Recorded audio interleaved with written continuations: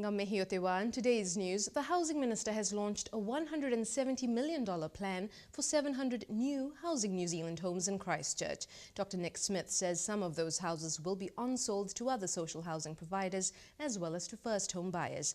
Dr. Smith says an insurance settlement enabled the corporation to build better homes and not just fix damaged ones. Meanwhile, the government is being accused of forcing central city landowners in Christchurch to short-sell their land. Agreements are in place for the government to buy 43.4% of the total area needed for key projects in the blueprint, and that comes with a total price tag of $231.6 million. City Owners Rebuild Entity says most of the agreed land prices are fair, but in other areas the prices are less than half their value, which is causing a lot of upset. Labour is accusing the government of cracking down on offshore environmental protests after being lobbied by Shell. But Minister Stephen Joyce says governments often make law changes based on lobbying.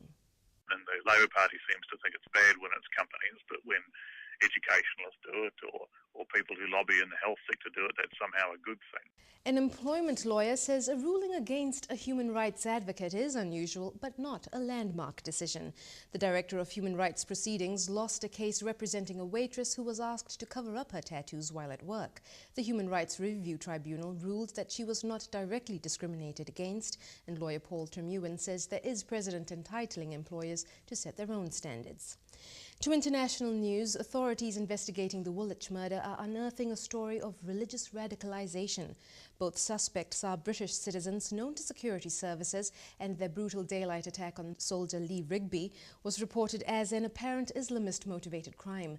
Michael Adebolajo was arrested in Kenya in 2010, accused of seeking training with Somalia's terror group al-Shabaab. He is now recovering in hospital from gunshot wounds sustained in last week's confrontation with police, while his accomplice Michael Adebowale has been charged with murder.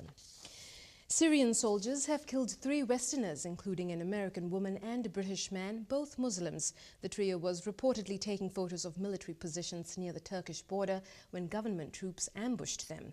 Meanwhile, the United States has gradually been building a small military contingent on the Syrian border in Jordan, demanding that Lebanese-based Hezbollah fighters, backed by Iran, leave Syria immediately.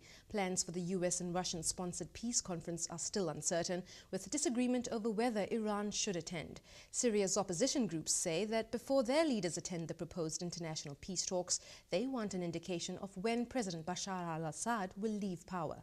However, Assad's government is unwilling to entertain any preconditions.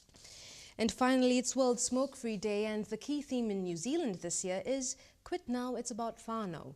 A spokesman for Auckland's Public Health Service said the best way to mark the day was for smokers to commit to quitting.